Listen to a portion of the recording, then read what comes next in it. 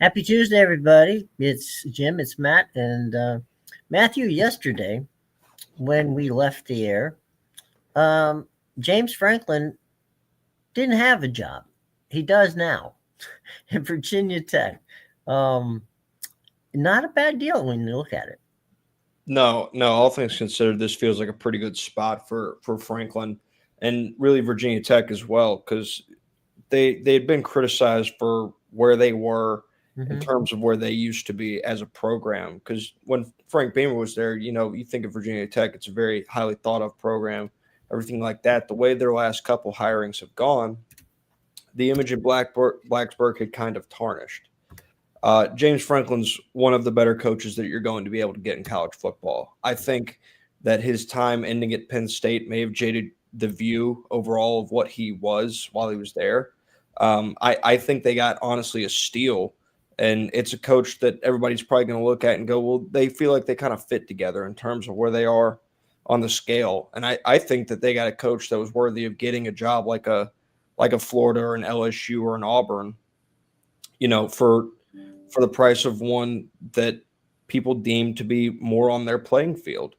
And I think it's going to be very beneficial for both sides long term. It's funny that you brought up. Remember what was it, yesterday? You talked about revenge. Mm-hmm. Um, I traded some texts and some emails today with some guys who cover Virginia Tech, and both of them told me that James Franklin wanted that job because he recruits the living hell out of Virginia, Maryland, Western Pennsylvania, basically right smack in the middle of where um, Virginia Tech is in Blacksburg. Mm-hmm. And my understanding is that approximately, you know, it ranges anywhere from 50 to 70% of the recruits that he had for the 2026 campaign for Mm-hmm. Penn State will flip to Virginia Tech. Yeah, it's it's a hiring that on the Penn State side of things does two things for the people around that program. The first is it lowers that buyout down to $9 million, which is Right. very big in terms of the financial commitment that they now have to James Franklin. It's a whole lot lower and relieves a bit of that financial burden that you kind of had sitting. It Hmm. does that. What it also does is it does two things. It should create a sense of urgency, and it creates a need to nail the hire on both sides. They need to move a lot quicker in their hiring search because in this recruiting cycle, you now have him to go up against in terms of trying to get some of these kids maybe back in the fold or even keeping them committed to Penn State right now. And the second is that you now have to nail it because if he goes to Blacksburg and is recruiting the same area as you, I get it, it's a different conference, but maintains the level of success that he had created over his time in Happy Valley, and you Hmm. don't nail your coaching hire, and you guys aren't in a similar to better spot than you were with him at head coach, then you're in a world of hurt in terms of the overall image that you have post James Franklin.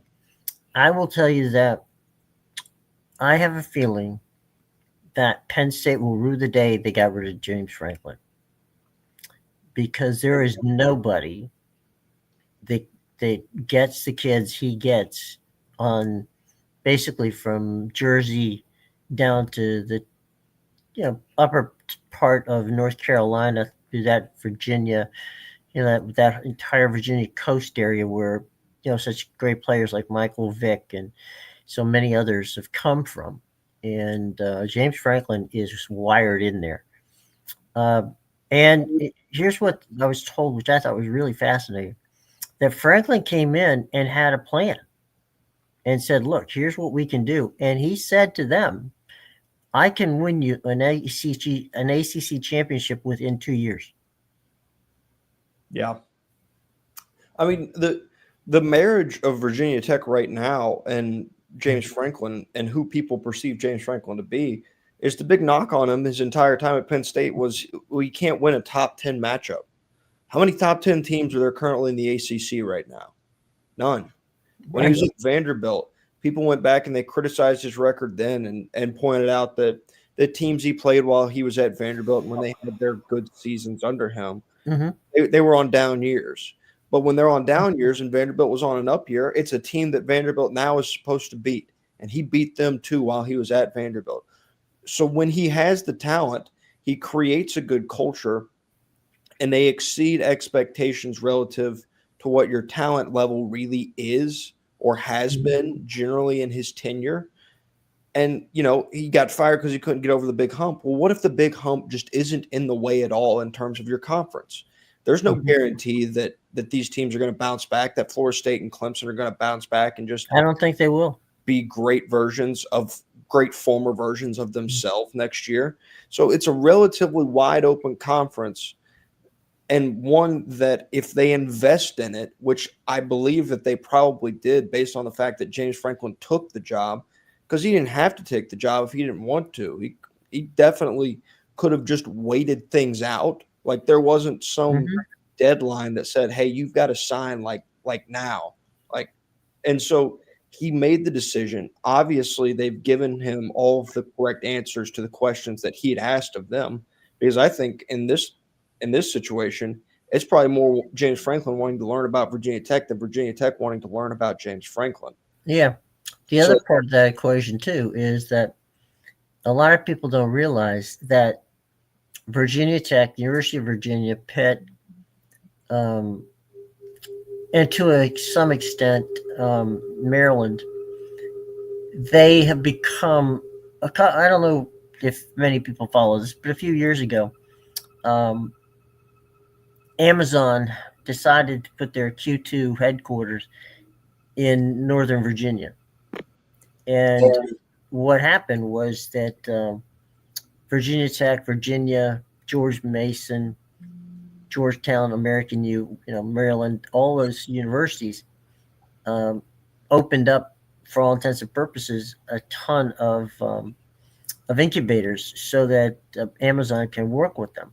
So there's a lot of Amazon and tech money at Virginia Tech, and the only thing they were waiting for, the only reason they weren't getting checks, was they kept screwing up the coaching hire. Well, they didn't screw it up this time, and I think James Franklin will have whatever he needs to get that. And if he wins 10 games at at Virginia Tech, he will.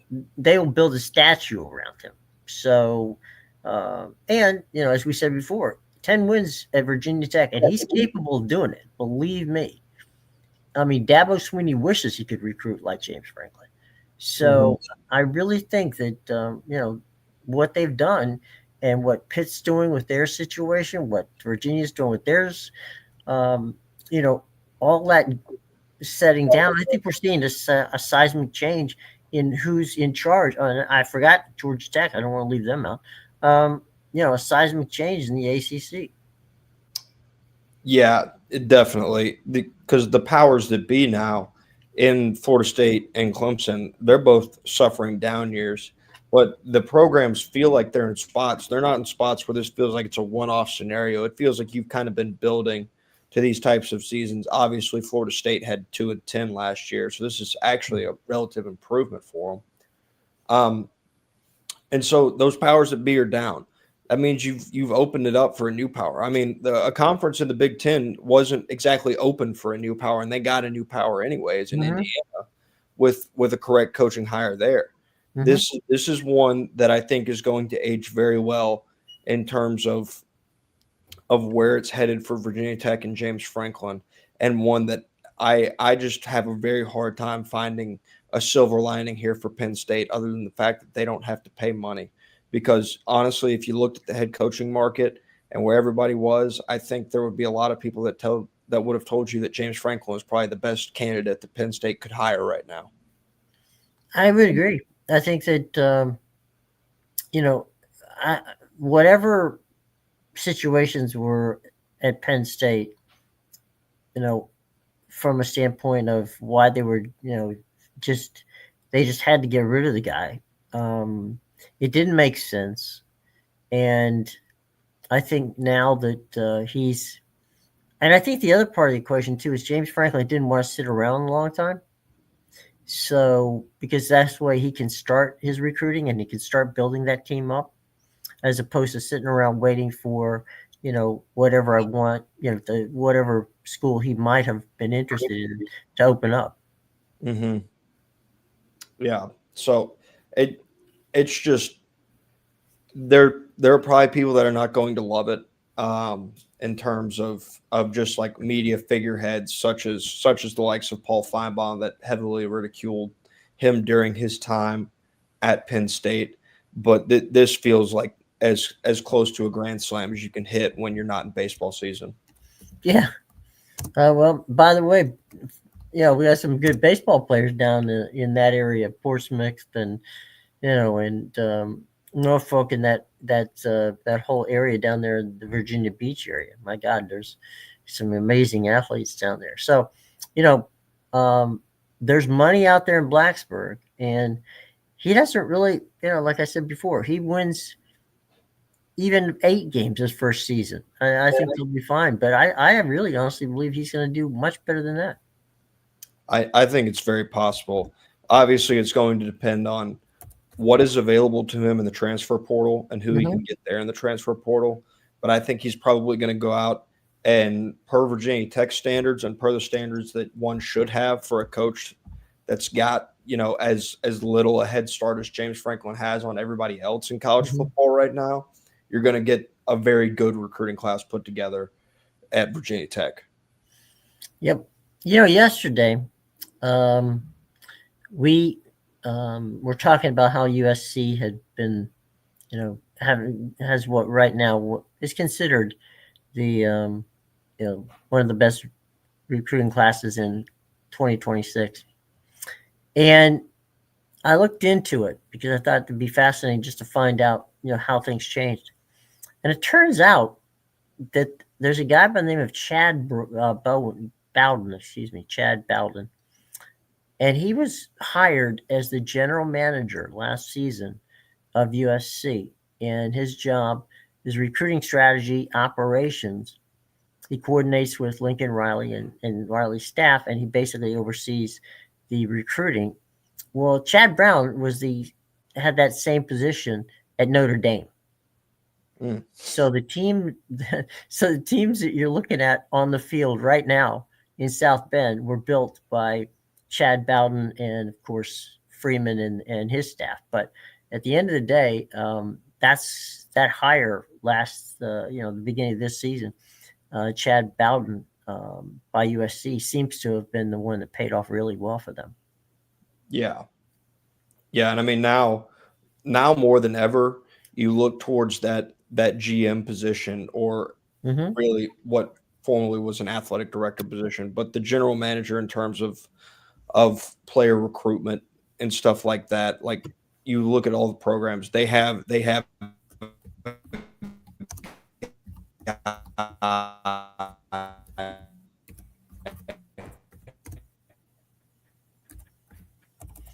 We can't hear Matt at the moment, but hopefully he'll be back here in just a second. His mic kind of crashed on him. Again, James Franklin to Virginia Tech, a good hire. I don't think anybody's going to argue with that. And I mean, there's really tumult in in the that is ACC. just their guy that's in charge. He only Matt, you there? Hey, Matt, you there?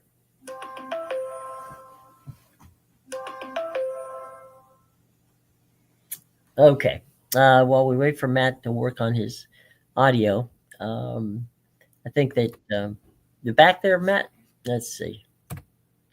There he is. Okay. my computer just It just crashed on you there, buddy. yeah, it That's was okay. It happens. It weird. happens. Not to worry. Not to worry. Um,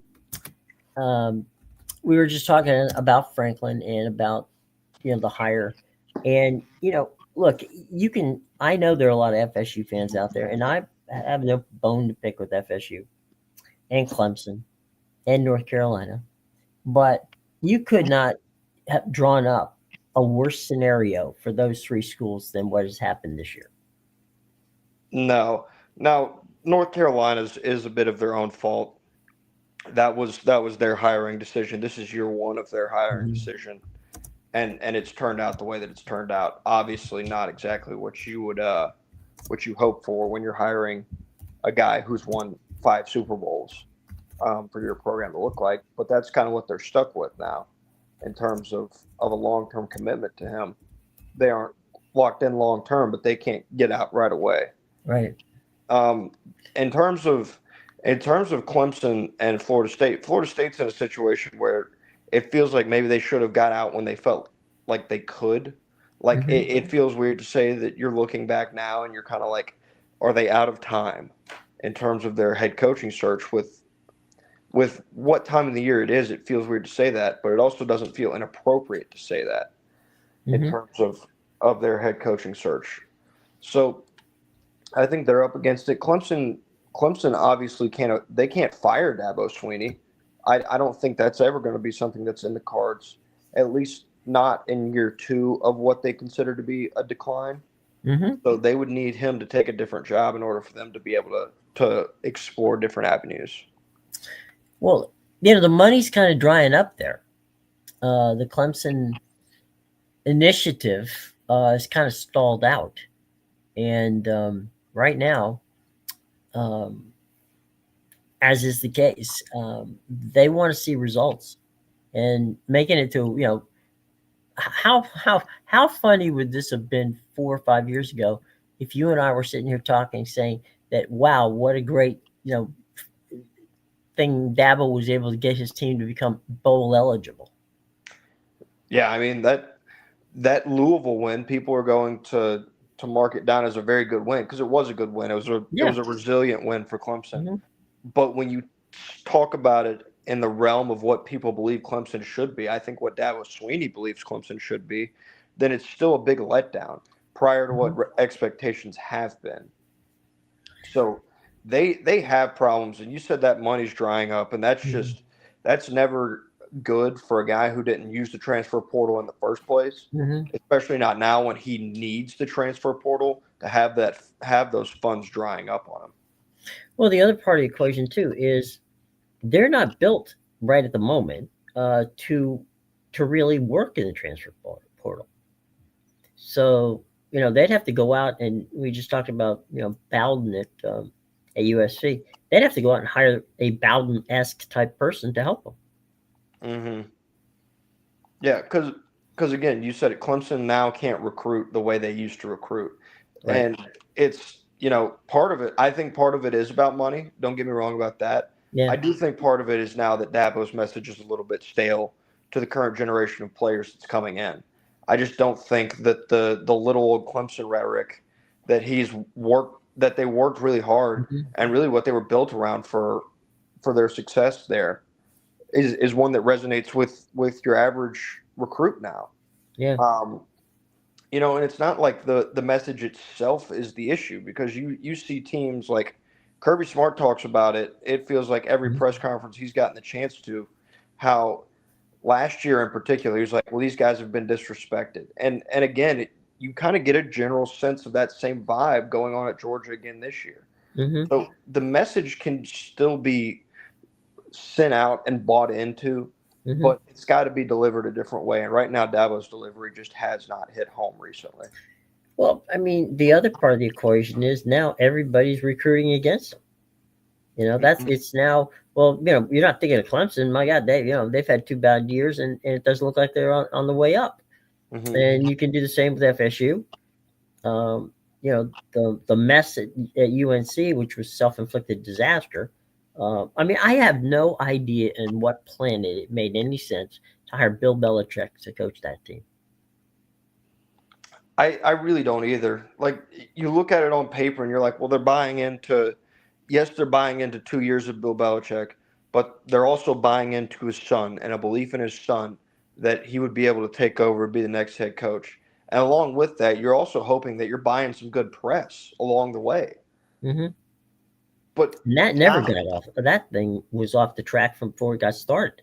yeah, yeah. So now when you're in a boat where your press is almost exclusively negative, Right. he's having a really really bad year, and Oh yeah, by the way, now you kind of have to hire his son after he's done. That's seemingly the next move that you feel a bit anchored to at this point. Hmm. Well, if you're North Carolina, you're praying to God that somebody in the NFL will hire him and get him out of get him off the market. But look, Bill Belichick's 73 years old. Mm-hmm. Okay, that age bracket is not necessarily it's not necessarily where you begin the process of you know um, adding um, your long term plan to Bill Belichick. Mm-hmm. I think that's really his biggest issue because I think he wants to coach. I don't think that's the issue. The issue is that you can't buy into him long term. Yeah. It's just not possible. Um, so that's an issue. I think another issue, aside from his age, does have to do with how stubborn he is and has been in the past in terms of some of his staffing decisions. And I don't think that's something that's changed since he got to North Carolina. I think it's something that's continued to stay the same. I think it's something that is a bit of their problem right now at North Carolina that is more of a something that he just kind of refuses to address. Talk about Michael Lombardi being part of the problem seemingly in Hmm. terms of hiring. Like that was supposedly a reason that he didn't get NFL jobs is because he wanted him on staff with him, and these teams didn't feel like it was worth having Bill Belichick if Michael Lombardi came with him. No, it's not a package deal that is a winner. And the other odd situation is that for all intents and purposes, Arthur Blank wanted Bill Belichick Mm-hmm. until he met him and then he didn't want him. Mm-hmm. Uh, Arthur spent, I mean, my God, how long did almost 2 months, where the two of them were, doing everything short of doing DIY classes at Home Depot. Uh, but when it really came down to it, Arthur just realized, you know what? There's a reason why Bill hasn't won without Tom Brady, Mm-hmm. and I'm not saying that in any way, shape, or form that Bill Belichick is not a great football coach. That's not the truth. That's not what I'm saying.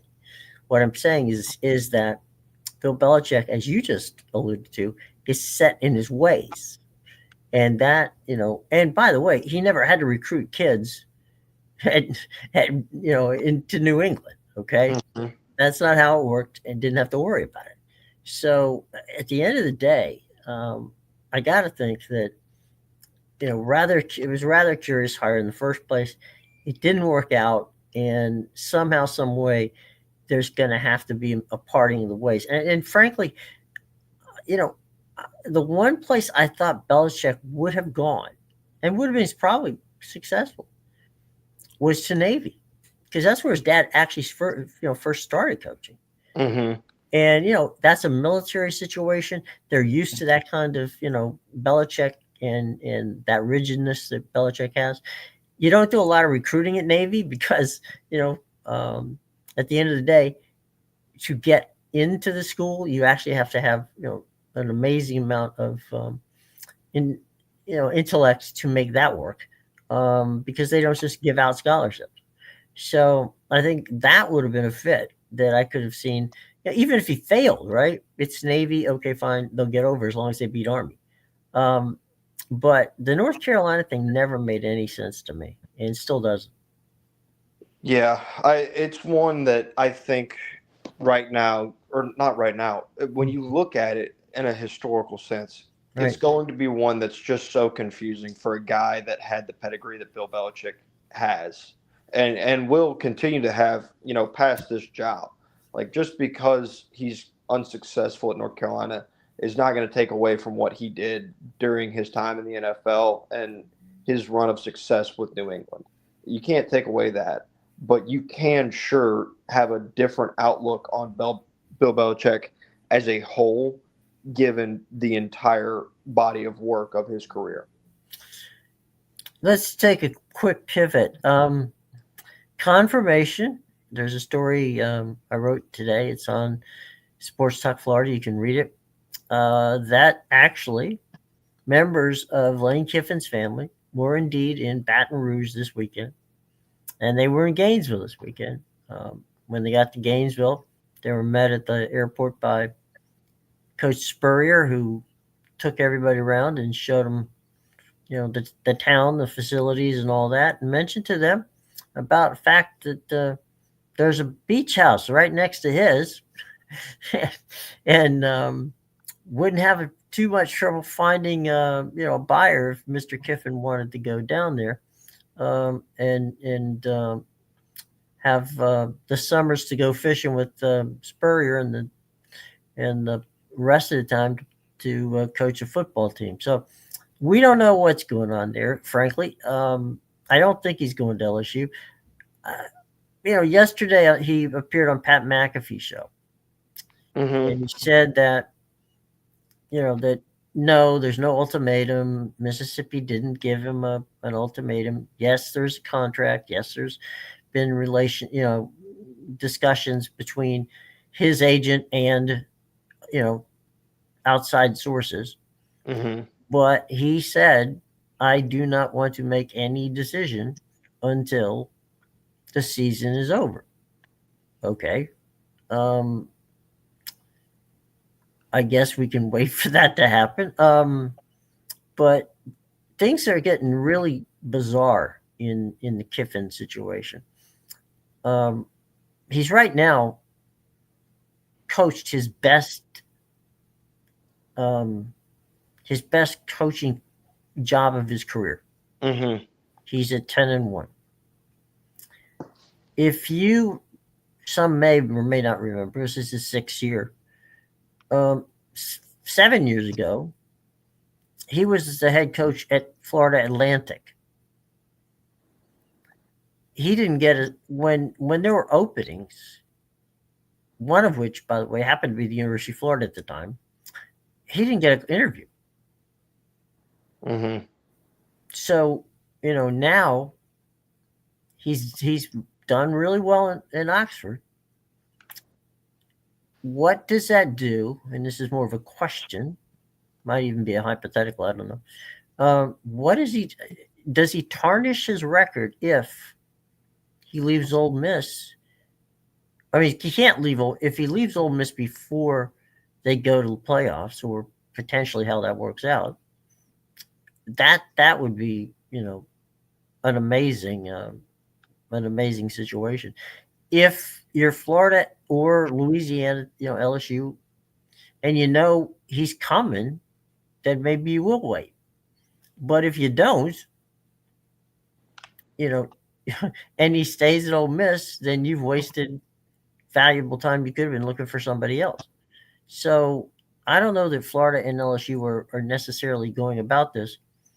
I don't know what Plan B is for them. Now I'm sure somebody does, but at the moment I don't see it. Yeah, it's interesting because you would expect everybody involved to kind of want a resolution. Right, Well, everybody except for Lane Kiffin, right. because Lane Kiffin's perfect world is that he goes on, he does great things this postseason with Ole Miss, and he gets the credit for those things, and then in his ideal world, maybe then he goes to Florida and takes $90 million guaranteed. Hmm. Or at least that's the number that I've heard floated around. I got 3 years at 90, and if he signs a 4-year deal, he gets 10 million. It's $100 million. Wow. Um, so ideal world for Lane is that he's successful at the end of this year, and then he goes and takes the money, supposedly an end all be all. But for Ole Miss, it sure it'd be fine and dandy if that happened, but unless that ending is a national championship, Hmm. then you probably don't feel very good about the trade off that you've had. Right, I think the same goes for Florida. Why would Florida want to wait on their guy to go through a playoff run when you could be building a recruiting class in the place that you're going to be for your foreseeable future? right. And obviously, the same would be with LSU. I don't think he's going to go to LSU either. Um, but Lane is the only guy that benefits from there not being a standoff of sorts for Right. him. So it's very interesting if that is the case, Mm-hmm. because it means that maybe Jimmy Sexton does have a little more power in the likes that Jeff Landry has alluded to. But and it also just ruins everything that he could be doing in another school, and everything that his current school, Ole Miss, could be doing without him as well. Right. And I don't know. I think this is one of those cases where Lane wants his cake and eat it too, right? Hmm. He wants to go off, not leaving Ole Miss without a resolution as to how the season ends. And then at the end of the season, bow out gracefully. We don't always get what we want in situations like that. Hmm. And if Lane Kiffin were, he keeps saying, I don't want to do anything during the season, don't want to do anything during the season, fine. Then why the hell was your family flying around to LSU and to Florida this weekend? Yeah, that's a very fair and fantastic question, because for all of this talk of him not wanting to do it during the season, which it could be true and genuine talk about him not wanting to do it during the season, you aren't acting like it. It's still very public, everything. And whether or not you don't want to do it through the season, if that was true, you would have kept it a lot quieter than it's been. But you haven't. This has been a game that you've been playing for a while with not only your fan base, but other fan bases. Oh, and by the way, the roster that you have as well. Mm-hmm. I think it's incredible that Ole Miss has been able to maintain focus and a level of performance that they have with Right. all of the outside noise. I mean, it's impossible not to hear if you're those kids. So I think it's really incredible what they've done this year, to be honest with you, outside of the coaching aspect.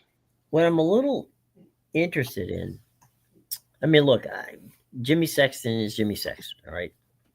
He is kind of like Scott Boras is in baseball. If you want to stay where you are, he will get you the most money on the table.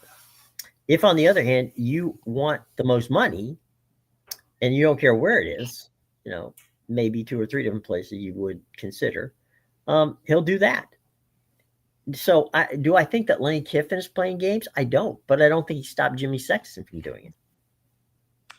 Yeah, I think when I mention Lane Kiffin and Mm-hmm. playing games, I'm more in the discussion of all of his social media presence, because he has a very Right. active social media presence, Yeah. and there's been many posts that have alluded to his current employment situation. From Right.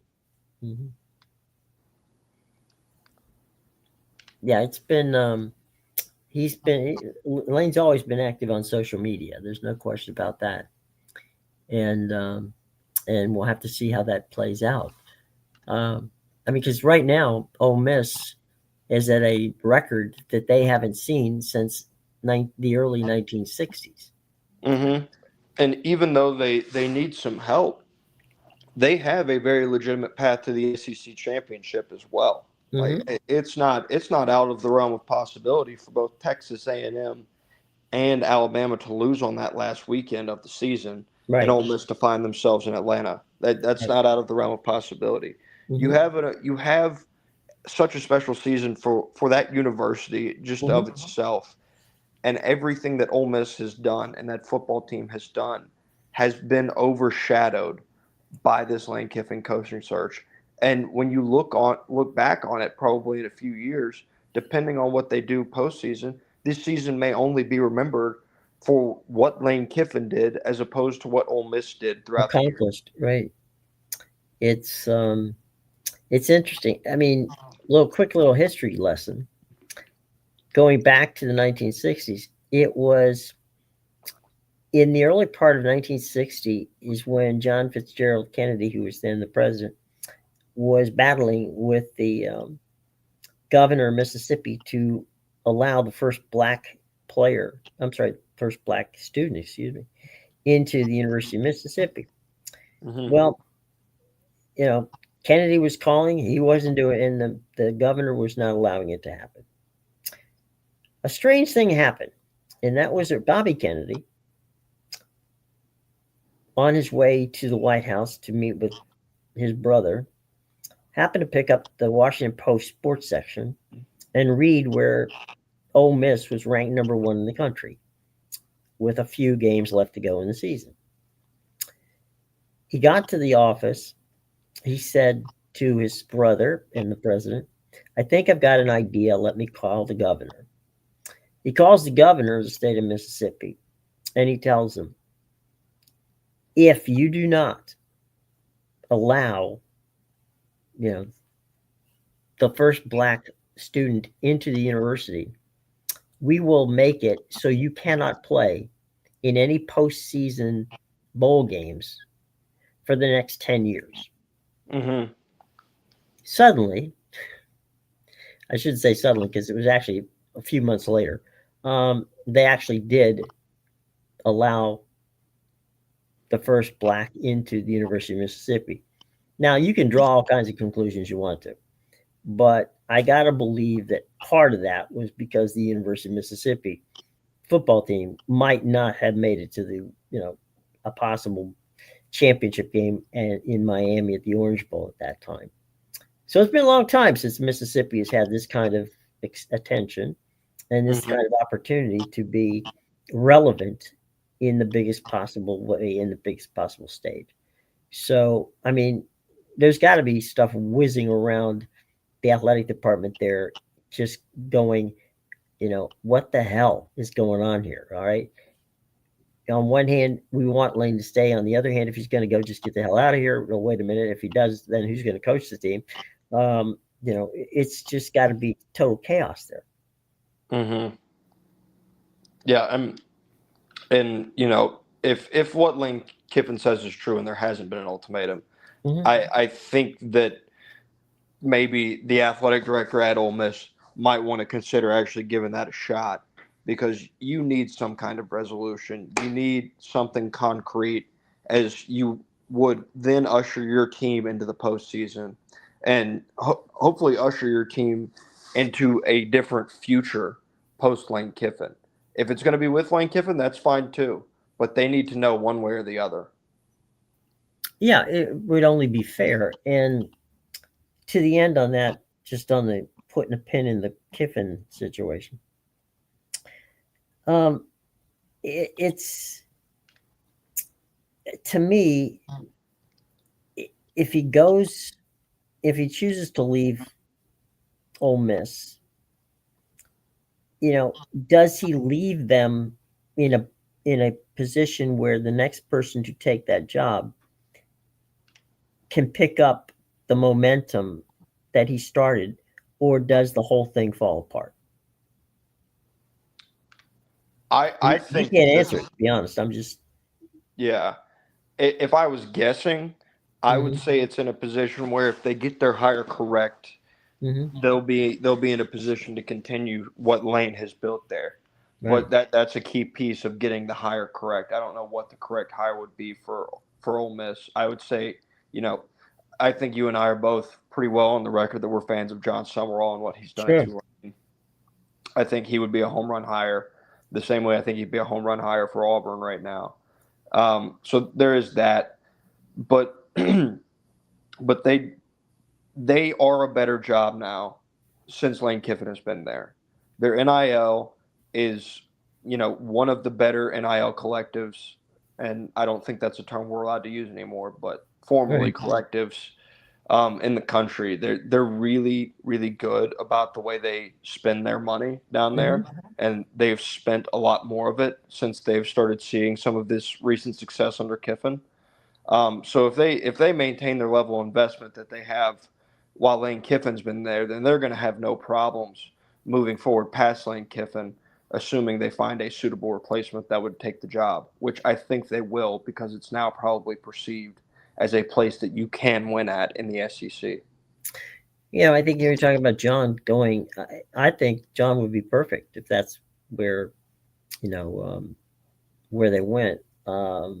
If they had to go there, I think that would be a great hire. But I think you could make an argument right now that the Ole Miss job is a better job than Florida and LSU.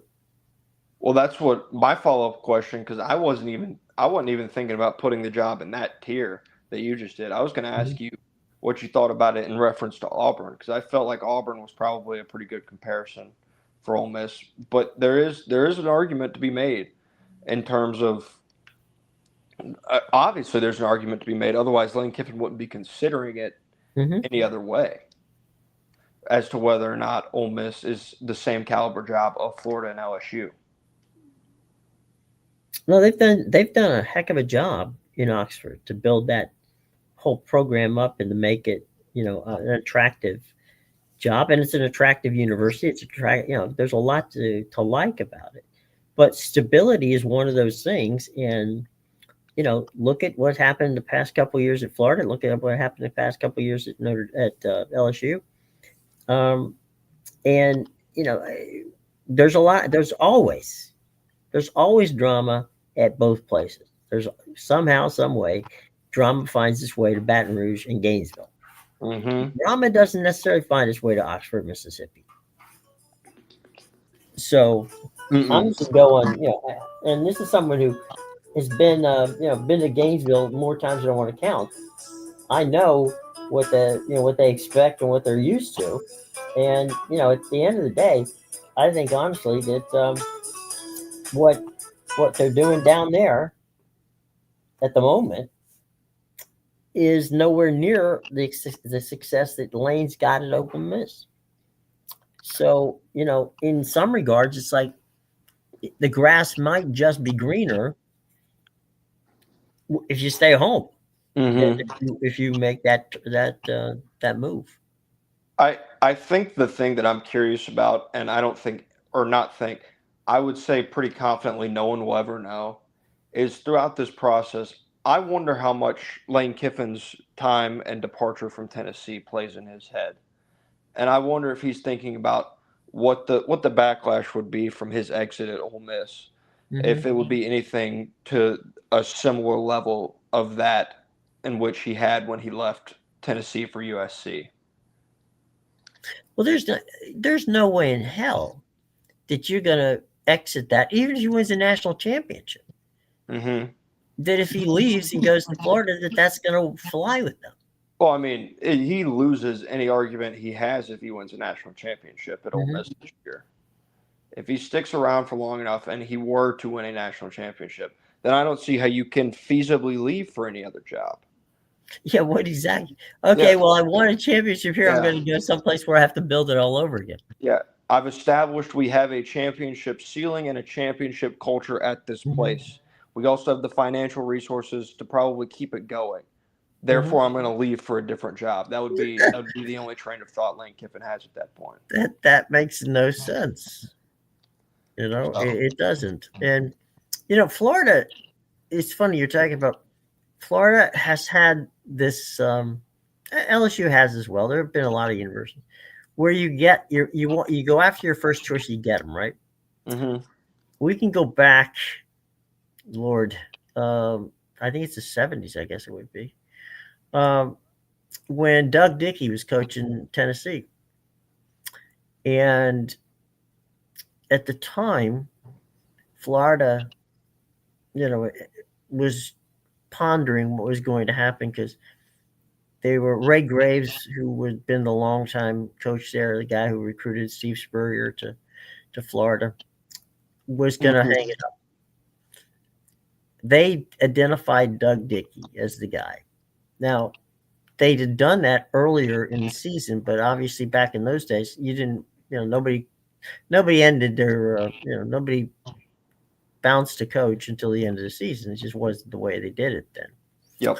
So it turns out that Tennessee placed Florida in the Gator Bowl, which at the time was a little more prestigious than it is now. hmm And Tennessee won. And so, he left Tennessee to go to Florida, the team that he coached to beat, he coached Tennessee to beat them. So, you're sitting there going, okay, well, that's interesting. And that was one of the beginnings of the start of a what is it? I want to say it's kind of it's a rivalry based on revenge. more than Mhm. on anything else. It's not a Florida Georgia rivalry. It's just one of those little rivalries that you know um, has blossomed over the years, basically because they've done stuff to each other that nobody likes to talk about. Yeah, it's an old fashioned SEC East rivalry right Right. there. Yeah. I Uh, don't like you. You don't like me, and yeah. good luck with that. So yeah, it's going to be interesting. You know, sometimes though, not getting your first choice turns out well, Hmm. and we'll go back again, back in the time machine, back when I don't know. I'm sure some of the fans here listening remember Norv Turner. Norv was Jimmy Johnson's offensive coordinator in Dallas, um, and wanted. He was a Southern Cal guy. He didn't go to Southern Cal, but he's from that part of California, Hmm. and he was USC's first choice. Hmm. He went there. They had great meetings. All of a sudden, Dan Snyder picks up the phone and says, "How would you like to coach the Washington Redskins?" And all of a sudden, North Turner decided, oh, "Wait a minute. I've been in the NFL. I think I'd like to go to the NFL." Okay, fine. At the time, Pat Hayden, who of course spent you know a number of years quarterbacking the Trojans and went on to be a quarterback in the NFL with the Rams, said that you might want to try this guy Pete Carroll. I know he's been out of a job for a little while, but he's a guy who I think might just fit. So they hire Pete Carroll to take the job. Now Pete Carroll was seventh on the list, Hmm. but it worked out. So sometimes if you miss on your guy, you still end up with the guy you want. Yeah, and it's like there's some other places you think about. I think about Notre Dame and when Brian Kelly left and everybody was upset. Mm-hmm. Now Notre Dame, what's Notre Dame gonna come to? Where will they go? Well, now you fast forward it. Notre Dame has Marcus Freeman and they're rolling, looking to go to another playoff again this Mm-hmm. year. And Brian Kelly's out of a job. Think about Right. Jimbo Fisher leaving for Texas A&M, and everybody just kind of looked and was like, it was eye popping that A&M was able to pull Jimbo Fisher away from Florida State, and what a big hire that is, and what a great first option, and that didn't work out. So there's a lot of places where the first option is the wrong option. Mm-hmm. Just because it's the big hire doesn't mean it's always a great hire. And that could ring true at one of these places. Is would Florida or would LSU be better off going with a guy that's at a lower tier, or I guess less thought of than Lane Kiffin, less established than Lane Kiffin? Would they Well, be better in a it's case such as yeah, that? it's more than, to me, less buzz, right? Mm-hmm. There's a lot to be about Lane Kiffin to like, and there's a lot of buzz going on about him. But is it Jeff Brom a better fit? You Mm-hmm. know, are there guys out there who are better fits? And I think that's what you got to look forward as well. Who is out there that who are you got to have Plan B. And Mm-hmm. I do think that Florida has a Plan B. I'm sure LSU has not quite decided what Plan A is yet. But you know, at the end of the day, I think Jimmy Sexton used the LSU trip was just basically to put pressure on Leverage. everybody else. Yeah. I don't think that was really anything of any interest in that I regard. I think it's a real similar story to there's one that Eric Hosmer, Hmm. former first baseman for the Kansas City Royals and San Sure. Diego Padres, Hmm. has used because Scott Boras was his agent. He Hmm. said he at the time of his free agency, I think back in 2013, he had gone to Boston to visit his girlfriend. There was Hmm. nothing baseball related going on, or he had gone to the New England area, I believe is what it was. I don't even think he went to Hmm. Boston actually. He'd gone to the New England area to visit his girlfriend, Hmm. and he was going on a visit, I believe, to San Diego actually. Hmm. And his agent Scott said, "Hey, like, where are you leaving out of? And he said he was leaving from like a smaller, more local airport. He said, no, no, Mm-hmm. no, we're gonna get that changed. He said, I'm gonna have you fly out directly out of Boston out there to San Diego. He's like, well, Mm-hmm. why? Like, I gotta drive like an hour to get into the city. And Mm-hmm. he said it's not about it's nothing related to the travel itself. He said, I want the people in San Diego to see that you're coming from Boston. Mm-hmm. It's it was a completely non like it's a non factor where he was, but just the location alone was enough to make somebody think that it was something. Right. In other words, Lane he didn't Kiffin, meet with the Red Sox, but he left from Logan Airport instead of Springfield. mhm. Yeah, and people forget, like, Lane Kiffin's family being in Baton Rouge. You know Mm-hmm. who lives in Baton Rouge? Lane Kiffin's daughter's boyfriend. So Right. it's not like they literally could have been in Baton Rouge to visit it for, like, maybe her and like some of his family wanted to meet her boyfriend. That's completely possible, and it's a pure leverage play. We'll Right. never know that, but it's not out of the realm of possibility. Well, and to that same point, Lane Kiffin's first wife, of which one of his daughters is Hmm. at the University of Mississippi, lives in Gainesville. So these are things that are true, and maybe they do play a factor, or maybe they don't. Maybe they really did just take visits to see these places and potential for where the family might move as kind of like a whole. But Right. there's also a world where it just doesn't matter at all, and it's all a big smokescreen. And Ole Miss is going to come out soon with an extension, Right. and everybody in Mississippi is going to celebrate. Right. And look, one of the things that I think is absolutely hilarious, but it's done, is everybody's tracking airplanes into airports, right?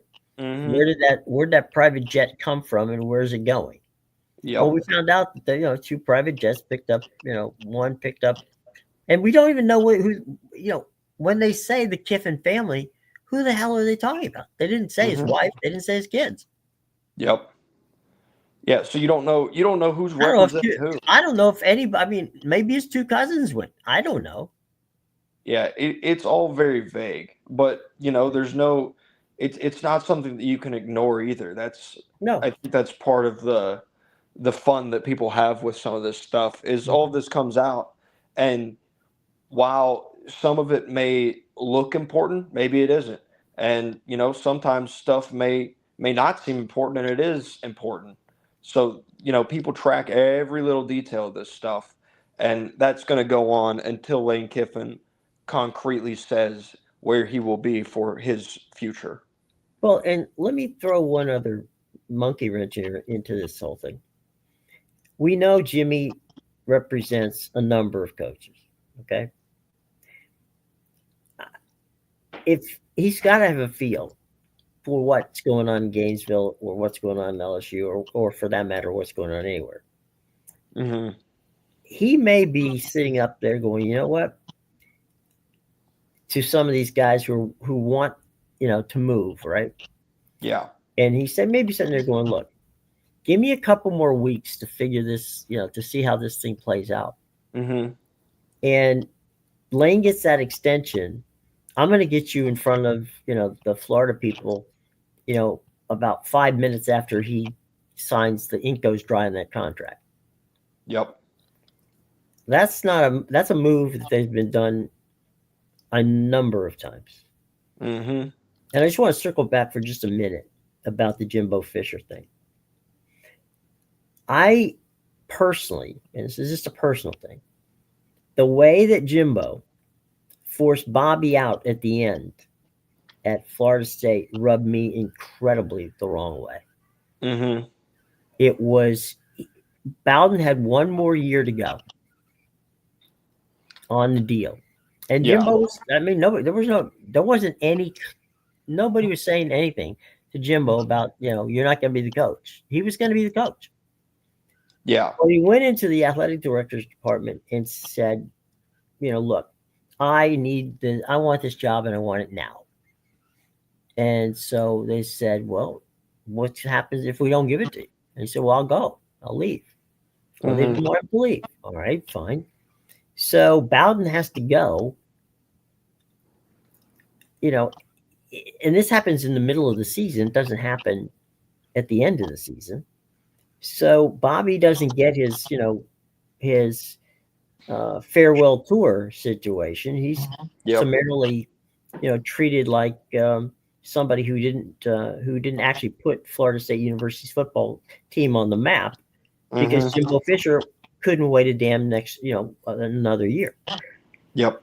So from that point on, I had zero respect for Jimbo Fisher, and I couldn't even begin to. I mean, he caused so much grief at FSU in the athletic department that it was chaos there.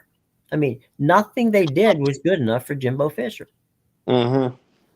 So why, in God's name, if you're Texas A&M, do you want Jimbo Fisher? Great question. It's a great question. They wanted the name Jimbo Fisher, Yeah, and what he had done, winning that national championship at Florida State, is it was something that A&M could sell to their fans, and they did right. sell it to their fans, and it was a very successful selling point. I remember everybody being bought in on Jimbo Fisher being the guy, and yeah, it's going to take him a couple years, but once he gets to really year 3, that's when that program was going to turn around. And it just never did. It was a bunch of empty promises from Jimbo Fisher, and what is honestly a very real chance at being his last coaching job ever. Um, so, Well, it might have ended up that way. it may not have been the intention, but the way things went down, it may have been the result. So, and I mean, let's not forget, while Jimbo Fisher was there, I know this is a quick aside, he wasn't exactly, making friends. I remember he called Nick Saban out very publicly at the podium, despite their past relationship. So there was that as well. And I mean, he just came out and rubbed seemingly the entire general public of college football the wrong way while he was at A&M. Well, there was a little bit of Schadenfreude, which is a German term, basically saying, you wish people ill. Um, Mm-hmm. and there was a little Schadenfreude at the SEC meetings when Jimbo was at the podium, and word broke literally the moment Jimbo stepped to the podium. It was announced that Texas and Oklahoma were coming to the SEC. It might have, you might have been able to see, you know, Buffalo run away from, in a stampede faster than the media ran out of Jimbo Fisher's press conference to find out what the hell happened with Texas and Oklahoma.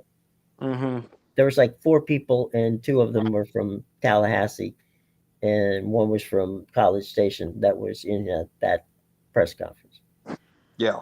So there was a little bit of payback there for Jimbo's being, not necessarily a friendly face to the Southeastern Conference public relations team.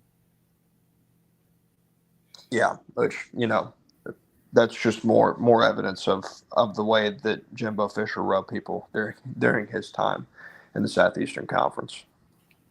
Well, I'll tell you what. Good on James Franklin. I hope that he does well at Virginia Tech, and Mm-hmm. wish him nothing but success. We will stay with our ears to the ground and our flight patterns to figure out what's going to happen to Kiffin. But one last update here before we get out, and that is the Steelers quarterback Aaron Rodgers, who broke his wrist on his non-throwing arm, um, is listed as possible for the game this week against the Chicago Bears. If he doesn't get the start, it will probably be Mason Rudolph who replaces him. So we'll keep an eye on what's going on with Rodgers. Um, he hurt it during the game against Cincinnati, and we'll see if how things progress as the week goes by. Normally, you can play with that depending upon how badly the fracture on that injured non-throwing hand is. Mm-hmm. but we'll see. Yeah. Um, I'll toss this out just as a final thought. Okay. Sam Levitt has there's a report out from On Three's Pete Nakos about him likely not returning to Arizona State in 2026, Mm-hmm. and that his camp is quote shopping him at a high level. Um, that rubs me the wrong way in a lot of different ways, but it's ridiculous. Where are they shopping him? It just says at a high level. So the thought is for him to go to a high level program. I don't know what you would consider a high level program. I guess what you consider a high level program is probably something where you may be looking at where's Lane Kiffin going, Hmm. and wherever he may be, that I would consider that probably a good destination for Sam Levitt. But the report is that he is unlikely to be an Arizona State Sun Devil next year. Well, that's unfortunate because you know, we like the coach out there, we like the team out there, and it is the state of the play of college football these days. Free Mm-hmm. agents they are, if that's what they want to be. Um, it's something that you know I would understand it. Let's say if they were going to have a coaching change, or if he felt he didn't get his proper opportunity, but none of that was true. So I don't know. That's interesting to say, and it can't that kind of thing has to rub the team the wrong way. Mm-hmm. We know the coach is going to be pissed, but that's got to rub the team. It's like, it seems like, wait a minute, we're not good enough for you. Yeah. So my guess is he's not going to land anywhere in the Big 12 because of you know that's not going to happen because Mm-hmm. you don't want him ending up playing one of these guys. Uh, Now, so I don't I'm know. I was just going to throw this out here because it's Sure. something that I found relatively quickly.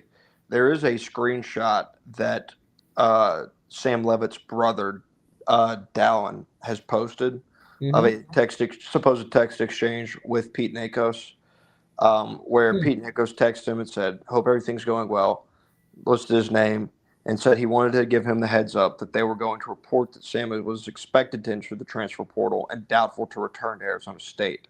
And I Hmm. think what's telling is, one, Dallin claims that this isn't true, but it's his response to Pete that says, "Why would you do that?" He says, "Quote, why would you do that? That's not where things are right now. Mm-hmm. Dot dot dot. He's still deciding what he wants to do." End quote. Um, which he's still deciding what he wants to do. That end piece right there, I feel like tells me all I need to know about the report itself, and that Mm-hmm. maybe he's not 100% out at Arizona State, Right. but his mind is definitely looking towards other options. Well, I mean, it's not his fault that they had injuries this year that cost Arizona State a legitimate opportunity to return. He was the injury that cost That's what I'm Arizona saying. State I their mean, offer. it's not, it wasn't the team's fault that he got hurt. So that's rough. And then my other final note would be that I'll have a piece out on more in writing and delving a little bit more into the impact that James Franklin's hiring had not only on Virginia Tech, how it will affect him, but also what impact it has on Penn State as a program as well.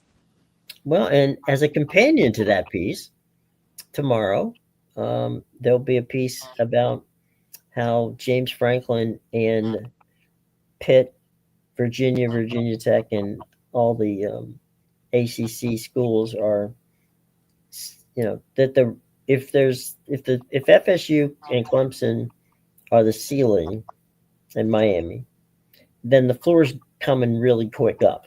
Mm-hmm. So the distance between those programs at this point in time are not as far as they were in years past, even 3 or 4 years ago.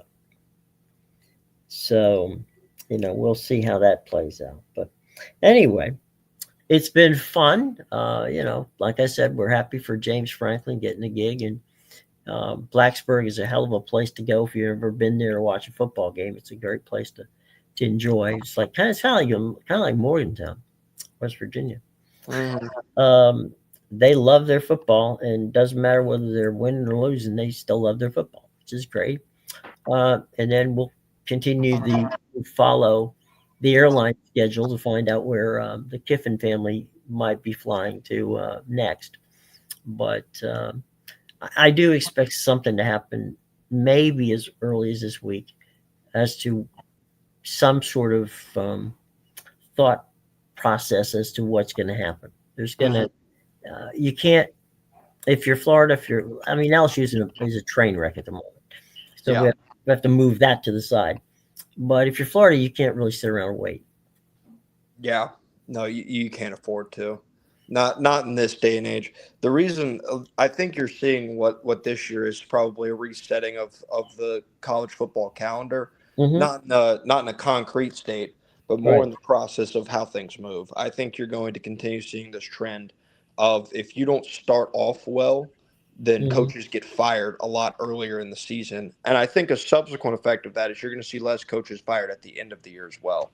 Yeah, true. Um, Kind of reminds me of hockey, where the first 15, 20 games of a season, the coach of a hockey team gets fired, and a new one's hired, and by the end of the season, they're in the playoffs, and you forgot who was the coach at the beginning of the season.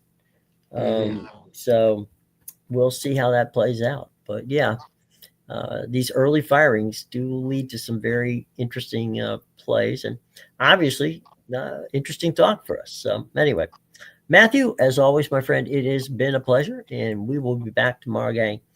Come and join us, have some fun with us, and always, please feel free to leave a comment, hit the bell, hit the like button, and subscribe, because that way you can join us every day. Okay, cool. Absolutely. Everybody, have a lovely day.